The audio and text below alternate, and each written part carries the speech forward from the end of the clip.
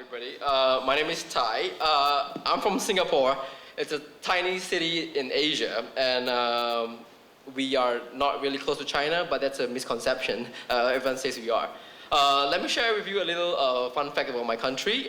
We are the few developed country in the world that still has a national service, which means all male above the age of 18 has to serve the army. And here's a picture of me. My therapist said it would be good to share the picture with people. And recently, I graduated from University of Liverpool School of Architecture.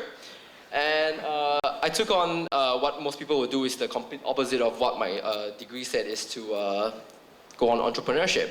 And I learned a lot of things within these 4 months. And what I can tell you is the Home Office does not like foreigners. I'm joking. I'm not joking.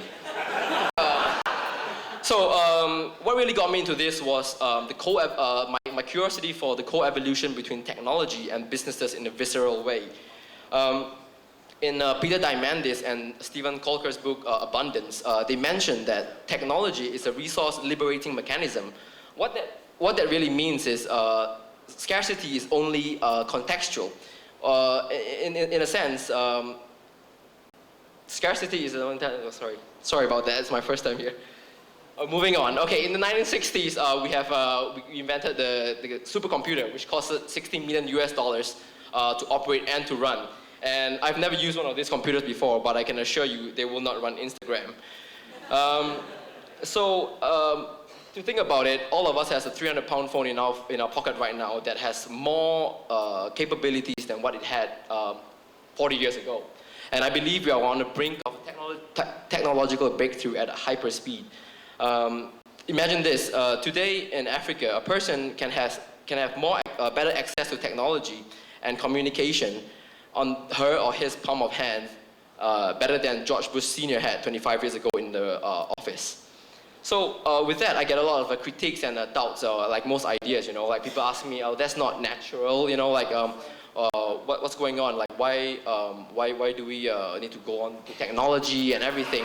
What's the reason for it? And I tell them, it is natural as any ant. So I tell them, ask yourself this question, how is an ant hill not as organic as the ant colony itself? It is a whole organism. It's part of life. So Tom Robbins once said, you need to pull yourself out of context, to immerse fully into the amazement and the awe of the universe and how beautiful it is. And he calls it deconditioned thinking. And that's why I believe that's the humankind have invented the Hubble scope. God. Yeah, there you go.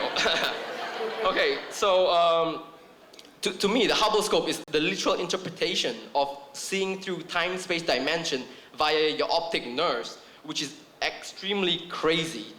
And actually, crazy, there you go. I believe, to paraphrase what Ross Anderson said, the Hubble scope is essentially instrument of man, something that NASA put up there on behalf of all of us in this room today as a floating optic nerve for our eye to be put onto a small LCD screen on our phones.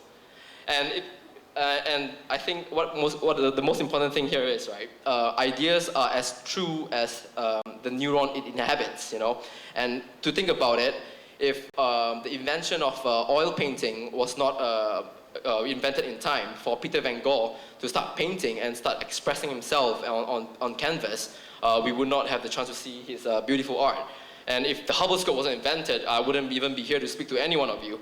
And to think about it, if we don't innovate and create new industry approach, how do we explore a better future without some form of entrepreneurship?